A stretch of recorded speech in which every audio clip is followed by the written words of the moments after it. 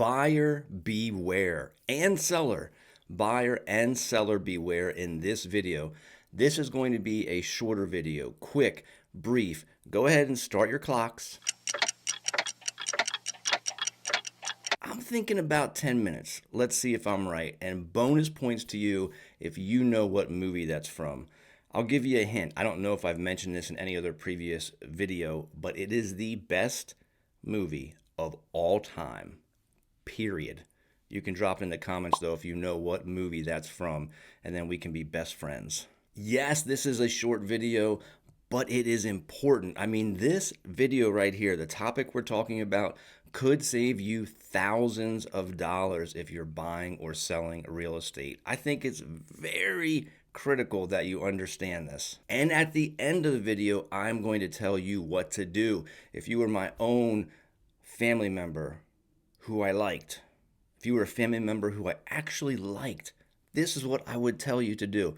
All right, I do. I like all my family members. All right, let's just get it out there in case any of them watch this. I love you. I love you. Okay, back to business. Do you know what a dual agent is in real estate?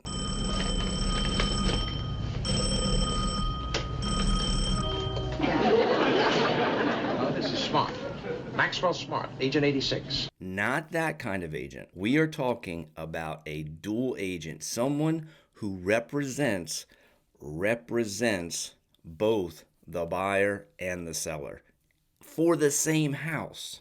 If you are in the middle of a transaction, no, better yet, before you get into the middle of a transaction, if you are thinking about buying or selling, whether or not you're thinking about moving to Lynchburg, Virginia, you're thinking about buying or selling in Lynchburg, we're going to hit the 8 states that this is not an issue in. But if you're thinking about buying anywhere in Virginia or most of the country, this is critical for you to know before you get into the transaction. You need to know how this can affect you. So let's take a look at this map right here. These are the 8 states where dual agency, representing the buyer and the seller in the same transaction for the same house, is illegal. Alaska, Colorado, Florida, Kansas, Maryland, Texas, Vermont, and Wyoming. There they are, the 8, the great 8. Now, before we get into exactly what dual agency is, let me quickly tell you, I am JD. That's me. That is what a client friend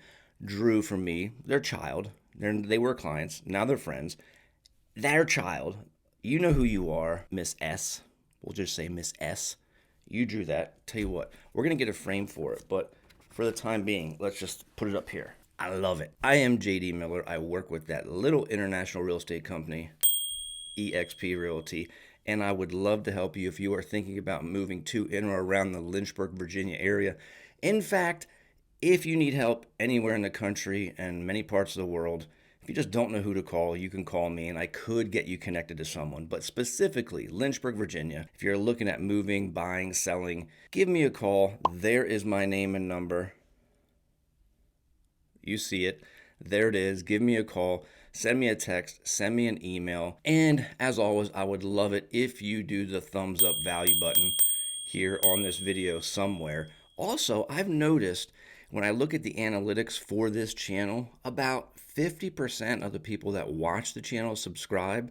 So if you're so inclined, hit the subscribe button. That would be awesome. It won't bombard you with information when a new video comes out. In fact, it may not even notify you unless you hit that notification button. But when you look on YouTube, some little red icon with a number in will pop up because channels that you subscribe to have new videos. That's how it works. I would love it if you like and if you subscribe. That would be awesome. Now, back to saving you thousands of dollars. Dual agency is where the same agent represents the buyer and the seller for the same house. Now, if I help you sell one house and go buy another house, that's not dual agency.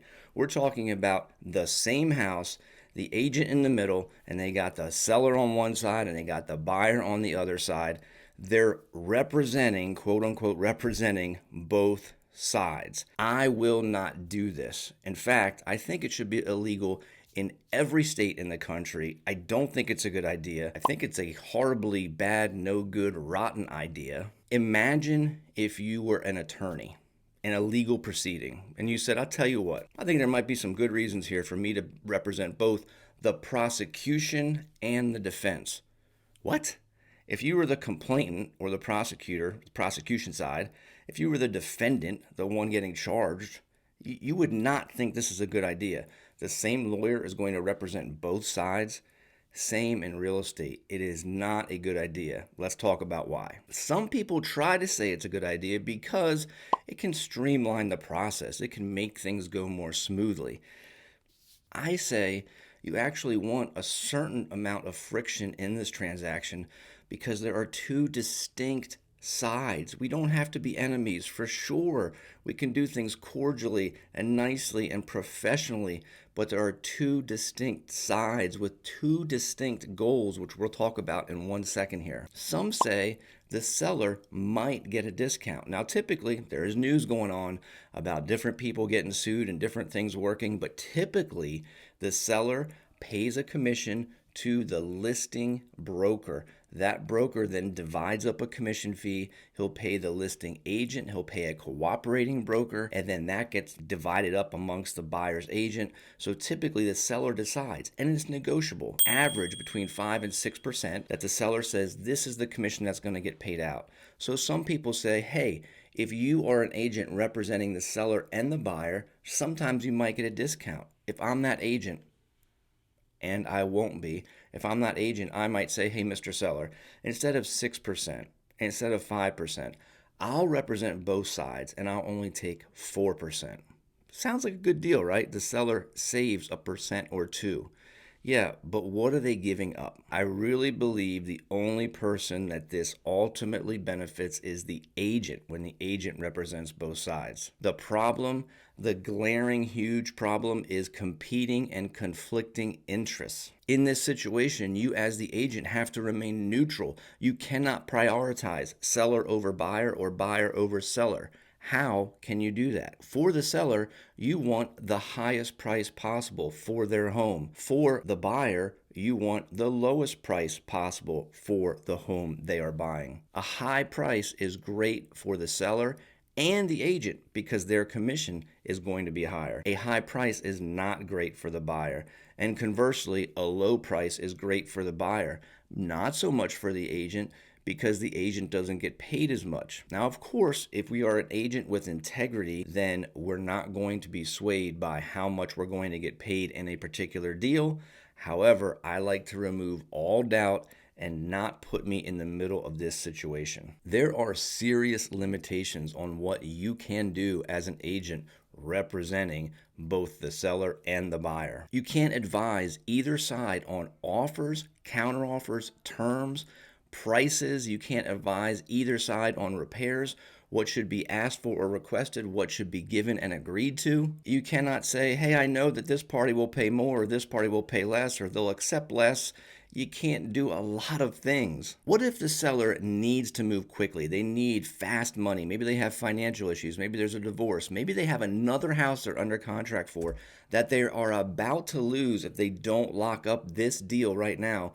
You can't say that, of course, but subconsciously you know it. Does it affect what you're putting out there and what you're communicating, if not explicitly, implicitly? So my question is, if you can't do all these things, and let's look at the legal code of what you can't do. If you can't do all these things, what are you doing to get paid whatever it is you're getting paid? You're just typing in information in a form that the seller or buyer tells you, giving them no advice or guidance along the way. This is right from the code, and I'm going to put this link in the description. You have to obtain written consent in order to represent both sides, of course.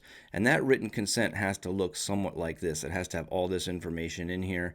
It has to say the licensee, the agent, cannot advise either party in terms of an offer to accept or a counteroffer. It says a licensee cannot advise the buyer as to the suitability of the property. Can't say if it's a good fit or a bad fit depending on what you've learned, and hopefully you've learned a lot about your buyer. You can't advise either party as to what repairs should be made, requested, or granted. And you can't advise either party in any kind of dispute that arises during the transaction.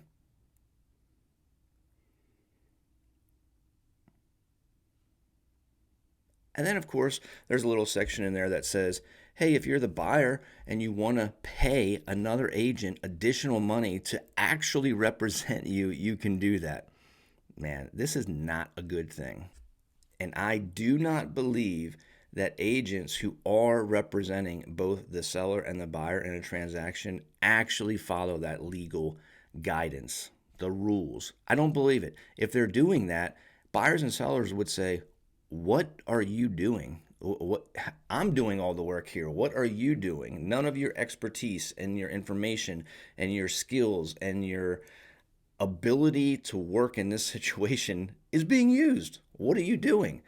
I don't believe agents are actually doing this. If they are representing both the buyer and the seller, I do believe they're skirting around this. Now, there's two reasons for this. One, they don't know what the law says, or two, they don't care. So here's what I would tell you, beloved family member.